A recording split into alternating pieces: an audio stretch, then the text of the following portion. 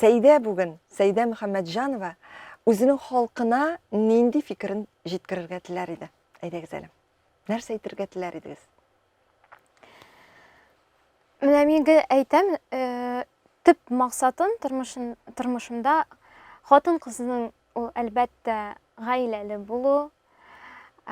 Ул беренче урында, инде икенче урында шундый максат белән яшим, безнең татар мәдәниятебезне бөтен дөньяга таныту һәм менә шушы бәйгеләрдә катнашу да ул шул хәтле зур мөмкинлек бирә безнең татар җырыбызны чит илләргә яңгырату, таныту, имен.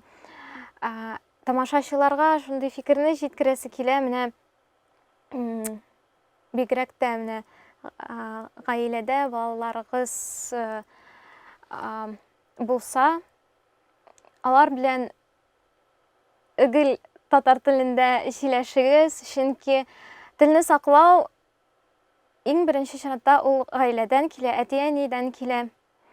Әгәр дә гаиләдә үз телендә сөйләшмәсәләр, безнең тел әлбәттә кызганычка каршы китеп